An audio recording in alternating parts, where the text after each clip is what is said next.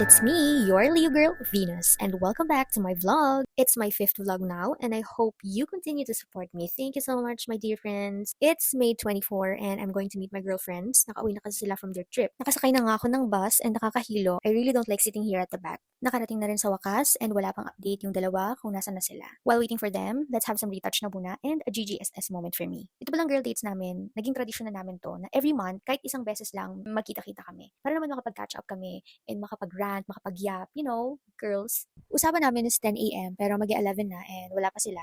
And I'm really hungry now. So, bumili na muna ako nitong lemonade para makalimutan ko lang na nagugutom ako. Actually, first time ko ata mauna sa lakad namin. Maunang dumating, I mean. Kasi madalas akong last to arrive. Anyway, ubos na yung lemonade. Still wala pa sila. So, nilibang-libang ko muna yung sarili ko dito sa book sale para ma-relax naman ako. Kasi yun talaga yung nafe-feel ko every time I'm here sa book sale. And guys, look!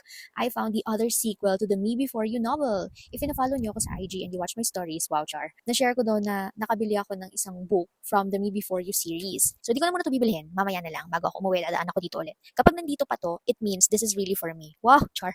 Finally, dumating na itong dalawa. Kaya pala walang paramdam kasi magkasama na sila at nag-get ready with me na sila sa restroom ng department store. Now, we're heading to the exit and we're gonna wait for the car na binook namin. By the way, medyo malayo yung napili naming place for today.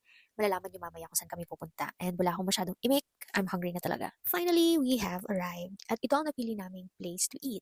Dayo Eatery. Kailangan pala dito magpa-reserve, guys. And parang habang nasa car kami, saka na lang kami nagpa-reserve. So, it's my first time here and masasabi kong I love the vibe. Vibe. Gusto ko yung ambience. Pero sa nakikita ko sa FB, mas maganda kapag gabi dahil nga sa mga pailaw nila. And now, we're checking the menu. And kung makikita nyo, ito yung mga ino-offer nila.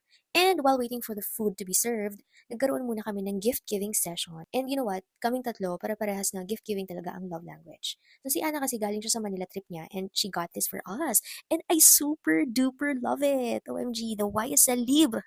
Ang bango, grabe. Ito daw yung mga pabango ng mga empowered women. And si Crisel naman just got back from Vietnam and she got us these naman. Sakto, meron na akong new pens case sa pasukan. And meron ding coffee. So thank you so much, girls. Thank you, Ana, and thank you, Crisel, for the gifts.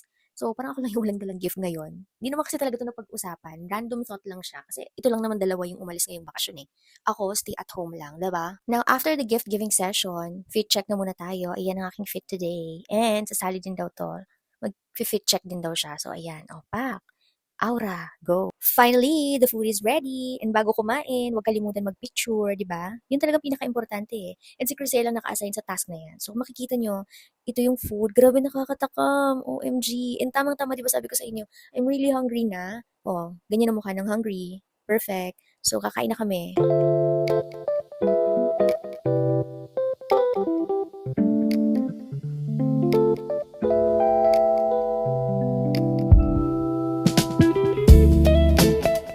Just like that, we're done eating. So, ito nga pala yung bill namin and maghahati-hati na. So, kailangan ng maghanap ng mga barya pambayad. Nagka-energy na ulit dahil nakakain na kaya itong isa panay flex. And then while waiting for the grab, mag-GGSS moment na naman ulit tayo. Yan, rampa-rampa lang, kahit mainit, walang reklamo. By this time, malapit na daw yung grab, kaya naglakad na kami papunta sa pickup area. And perfect, kahit palit ang bag ko, may payong ako. And I thank you. So kanina, di kami makapag-decide kung ano ba yung next naming activity and gusto namin lahat sa medyo malamig na place. So babalik kami ng SM. And then pagdating namin ng SM, we're just gonna figure out kung anong gusto namin gawin doon. So there you go, nakabalik na kami ng SM and nandito nga kami sa Starbucks. Pero umalis din kami because di kami nagkaisa sa kung ano ba talaga yung gusto namin. So for the following videos, wala na munang voice over. Ini si Ana guys. 1, 2, 3, go.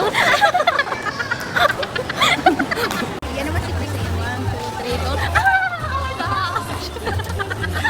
Yan. Oh my God. Sa Ana. We're back. Asan? Hindi na kita. Tingnan ka pa din. So guys, tinataguan namin si Crisel ngayon. Tatawag na naman yan. Ang tumatawag. Yung may sakit yung lalaki. Naka-wheelchair. Tapos kailang. Tapos may ano. Tapos.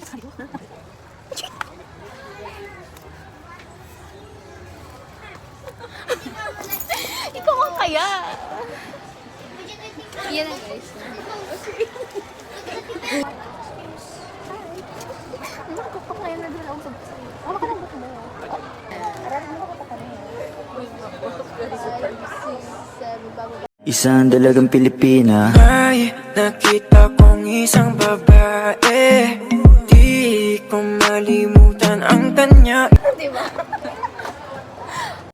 Okay, voice over ulit. So parang 1 hour pa lang yung nakakalipas, gutom na naman kami, kaya kakain na naman kami. Ang promotor niyan, kami lang naman ni Ana kasi yung isa, hindi daw siya kakain, iinom na lang daw siya. So, dahil pare-pareho na kami nakapunta ng Thailand, namimiss na naman namin. Doon nga sa latest vlog ko, 'di ba? Kumain ako nun ng pad thai at yung ibang Thai dish. So, balik naman ako sa Thai. Parang wala yata akong kasawaan. Anyway, so yun, nag-order kami dito ng Thai dish. Yun ang ita-try namin ni Ana. And sana maubos namin. After namin kumain, pumunta kami ng department store para bumili ng paper bag kasi ang dami naming dala. Yan ang struggle kapag maliit ang dala-dala mong bag, hindi magkakasya kung ano yung mga bitbit mo. So, bili tayo ng paper bag.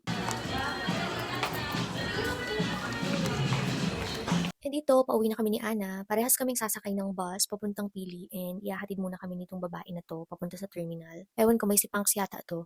So, lakad-lakad na muna and enjoy the view, char. Sabi ko sa kanila, magdo-drop by muna ako dito sa Mr. Donut para bumili ng pasalubong. And here we are, on the way to Pili na kami ni Ana. Bye!